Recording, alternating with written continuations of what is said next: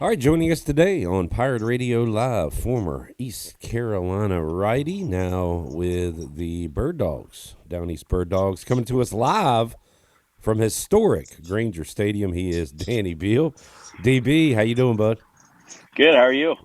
Good. I got a few topics to hit with you today. One Sure we do. involving your favorite professional baseball team. We'll talk about your pro career as well. But let's start with, and again, when I set this up for the first time to talk about it on air this week, I said it's could be a little clickbaity, but man, if it isn't good sports talk radio fodder, and that's ECU to the Sun Belt, which is a topic of discussion. You can shut down this topic very quickly by saying we're not going to take a pay cut, so we're going to stay in the American and not go to the Sun Belt. But you can hit on some other factors within it, with the regional aspect of it, the rivalry aspect of it, the fan interest, stuff like that.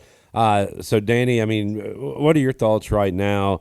I mean, if all things were equal money wise, would you like to be in the Sun Belt rather than the American? Um, Baseball wise, it makes a lot of sense. Every other sport, not so much. Yeah. Um, it would make our spring season certainly a lot more competitive. I mean, the Sun Belt is, I would say, top three baseball conferences in the country, Mm. behind the ACC and the SEC. But it just doesn't make a lot of sense. And I know like the logistics of it with the money and stuff. And but like you said, with the stipulations, all money equal, I think it'd be cool. But for other sports, like, I mean, I just don't think it makes sense in any other sport besides baseball. But me being a baseball player, I'm biased. A lot of butts from DB. The Sir Mix-a-Lot of Pirate Radio Live today. No, I hear you. And one thing I say miss, and not that we ever really had it in football. We've never really had a true conference rival. Maybe a Marshall. Now, if we could beat Charlotte, we could develop something with Charlotte there in football. I wish you could buffet style it, Danny. And you were saying, hey, it'd be great for baseball. I would like it for basketball. In fact, you get some of those old CAA teams. True. I would like to have those more regional games, regional rivalries. But I would, and football. If you kept it more national, maybe it will work. But hey, you give me like Coastal and App State and James Madison, all of a sudden those are pretty good football games too. So there's a world where it works, but in that world, the money would have to be right. Past those three, what's appealing? Like Southern Miss, just to bring back the rivalry, like in football. Yeah, a little bit. In fact, I said yesterday, if you could just take the Sun Belt East and put them with Yeah, exactly. Yeah, ECU and some Eastern teams in the AAC, you got a pretty decent league there. exactly. You're spot on. Because the West is just a bunch more Texas schools we would play. Yeah, So exactly. And Glenn made a good point on Twitter the other day. It's like I don't know, spending our days in Clearwater and then having a home conference tournament game as opposed to Ruston, Louisiana, and yeah, wherever Southern Miss is in Mississippi. I don't know. I think we're set. you said Glenn made that point. The big dog. Hey, way to go, big dog. He's sitting right here. There you go. Did he tell you to shout him out, or was this all? No, Have I saw the tweet and I was like, wow, that's funny. I might bring that up if I get all bumped right, up on it. very cool. Worked out. Anything Shout out, good to big say dog. about Jarrett? Jarrett's sitting here too. He said anything cool lately? No, he's just a kiss ass Raiders fan. It's June, dude. Lay off the football. He's while he's wearing his DC I four Derek Carr shirt. I actually did want to make this point, and I didn't know when a good time to bring it up is, but now I guess it is. If he retweets the damn throwback when the Patriots threw that ball back and Mac Jones got his head taken off, again, I've seen him retweet it like 6 times this year. Like it happened 2 years ago. Get over it. The fact that that's the one shining moment of your franchise the last few years, I get it. But geez, dude, come on, lay off. And I'm not just saying that because I'm a Patriots fan. I'm tired of seeing it.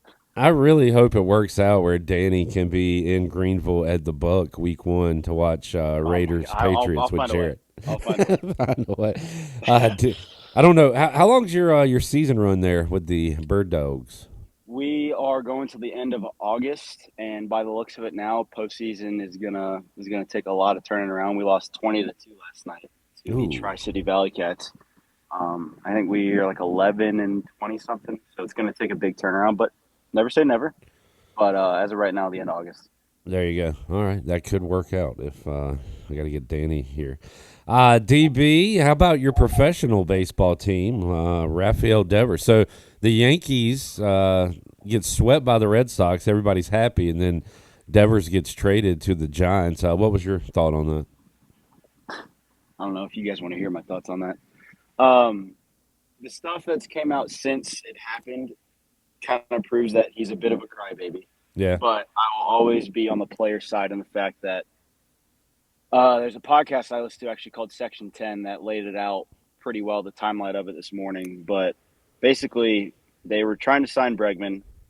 Actually, it wasn't even Bregman. It was Arenado before they were even thinking about Bregman. And they basically told Devers, don't worry about it. You're going to play third. Arenado and Bregman, like they're gonna. If we sign Bregman, he'll play second. But if we sign Arenado, he'll DH. You're our third baseman. He's like, okay, cool. Arenado falls through. Trade doesn't happen. Sign Bregman. Then he starts taking ground balls at second in spring training. There was a viral clip of him and Trevor Story turning a double play, like early parts of camp that went viral. And then reports come out that they're like, I don't know, like Rafi's defense. He's a Gold Glover. He used to play with AC in Houston. Maybe Bregman should play third. So they bring it up to Rafi, and then there's that viral clip that I'm sure everybody's heard. He's like, I play third. I don't. I play third. And the whole thing happened in spring training where he was pissed off. He's like, why are you telling me that I'm good when you're trying to sign these guys? And then all of a sudden now when they get here, it's like, actually, we're just kidding. So that's lie number one. Then he finally conforms to the team. He's like, all right, you know what? I'll do what's best for the team. I will bite the bullet. I'll go DH. I'll throw my glove away. Bregman goes. He lights the world on fire the first half of the season, or first half, I guess first quarter, just because he got hurt. But then Tristan Casas blows out his knee. They asked Devers to go pick his glove out of the trash and go play first base. And at that point in time, I was of the mindset of, if you think he's a bad defender at his own position, why are you asking him to go pick up a glove and play a position he's never played before if he was bad at defense at his primary position? Nonetheless, why are you going to tell this guy that he's not good, go play another position?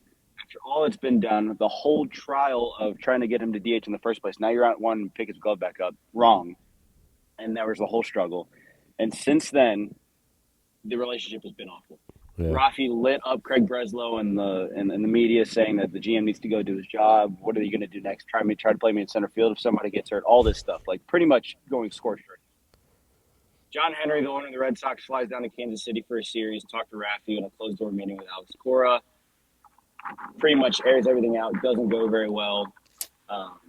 And it just gets to the point where what Craig Breslow said is the relationship was frayed beyond repair, pretty much, and it just got to the point where you couldn't go back. And I think in the clubhouse, it's half and half of like Rafi was kind of being a tool, pretty much, of like he wasn't doing what was best for the team. But on the flip side of that, I kind of sided with Rafi of like, yeah, if I got lied to twice by a team and got told to go pick up my glove out of the trash after you told me I wasn't good enough, I'd be kind of pissed too and be stagnant. And then the day he gets traded to San Fran, they ask him, "Hey, what position do you think you're going to be?" He's like, "I'll play wherever. I'll play first. I'll play third. I'll go 9 shutout against the Red Sox tomorrow night if you need me to."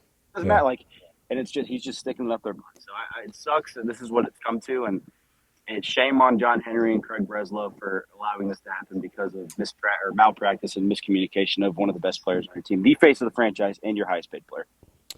Wow, very well explained. I've heard basically, if you're making a headline on it, Rafael Devers kind of a jerk, but Yes. we're blaming the Boston Red Sox for this. Like, it sounds like that's kind of the consensus. You explained it very well. It sounded like neither side really handled it great, but like big You picture, can blame both sides for sure. yeah, For yeah. sure. Big picture wise, Danny, does it like trouble you as a Red Sox fan? Like we're not trying to win a World Series right now. Like when you get rid of Rafael Devers. And I'm not going to be too long-winded because I know nobody listening really cares about my Red Sox spiel, but it frustrates me, one, because there's no plan. You have no plan. You got your feelings hurt and you traded away the best player. That's what happened. Second of all, the return you got sucks. Like Jordan Hicks is a back-end reliever. The combined ERA of the three guys and the prospect, you guys like a 5. Like I get, and the problem is Andrew Bailey used to be in San Francisco, worked with Kyle Harrison, who's a 23-year-old starter who they got. Supposed to be pretty good, exciting, whatever. James Tibbs was a monster at Florida State, but he plays outfield, and we have literally a billion of those. and that's more frustrating. It's like if you're going to trade him, they wanted somebody to take on the whole contract. So San Francisco's eating the contract. You got players. It is what it is. Honestly, I'm ready to move on, and I'm past it. Even though he's going to go 11 for 11 with like 8 home runs against the Red Sox this weekend because they're playing San Francisco. But Oh it wow. will be cool. It will be cool to see him hit homers in the McCovey Cove for the next 10 years. DB, good stuff there on the Devers situation. Danny Beal joining us. Let's talk other baseball. Danny, I'm curious about this. Lot of folks pulling against Zach Root around here because he left East Carolina and went to Arkansas and enjoyed seeing him going 1+ innings or whatever it was against LSU. As a former teammate of Zach Root, who saw him left from Arkansas, like how do you feel when you watch him pitch? I understand why people, but there are some messages that I've gotten sent. I try to stay off like Boneyard Banner and like all the trolls that are on Twitter and stuff. But like people saying that this is what he gets for like acting hurt the back half of the season and not trying in the regional, like grow up. Like what are we doing? But I will say, and I would tell him this, he was acting very even the last few weeks of the year in particular. The whole situation with the Tennessee guy that everybody saw, and then when he got taken out after an inning plus, he was acting a lot more like emotional and like reactionary than he normally would have. I don't know if that's just enabling by the coaches because I know if he did that here, that he would have gotten Right. butt chewing. But I'm always happy to see him do well. He's a good teammate, no matter what anybody says. I know he was pretty polarizing his time here in terms of fan and sometimes even other guys. But I think he deserves what he gets. He pitched his way into a lot of money that last outing, even though he didn't have his bad stuff. He held a College World Series team scoreless through 5 after 2 days rest. So he's a good dude. I FaceTimed him the other day before his Super Regional start, I believe. Yeah, Super Regional start, and we talked for a little bit. So he's a good dude. He deserves everything he gets because he's a hard worker. All right, there's the thoughts of Danny Beal. We'll have a lefty that decided to stay at East Carolina on the show later today. Ethan Norby is going to be joining us, and his decision showed loyalty, but also I don't think he's here for free. I'll ask him about Team Boneyard 23 Club and how important they were in his decision to stay, Danny, because that's the reality of it, right? I mean, people have money now, and East Carolina needs some to keep this talent. Yeah, you have to. You have to adapt with the times, and I'm glad we're following suit. We need to keep the guys we need, and obviously Norby is one of those. Braden Burst is one of those, and they have. I mean, I saw a clip on Twitter. They're going to see. They went to AK and CG went to go watch a high school kid pitch in Pennsylvania the other day, and they've got visits every single day. It seems like throughout the weekend and throughout the weekdays. So you can't say they're not trying to recruit. Yeah. It's part of it now. It's the way college athletics is, and I'm glad that the guys that have earned it are getting what they're worth. Danny, you think Coastal can keep it rolling, or is it LSU reigning supreme? I don't know. It'll be interesting. I think it'll be cool just because both teams haven't lost yet, so it'll be the rotations will line up perfect. It'll go best on best. I was at a Bible study this morning with Jason Janesco, who used to play. He's in the transfer portal, but he was talking to Parker because him and Parker are on the same summer ball team.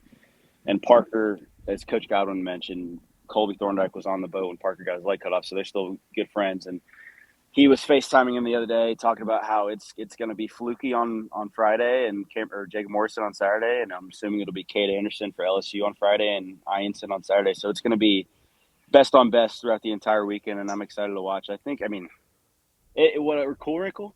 Last time Coastal won the national championship, the Arizona head coach, Jay Johnson, is now at LSU. Huh. A little wrinkle there, but I think it'll be cool. It'll be a good. I mean, Coastal can't do anything wrong right now.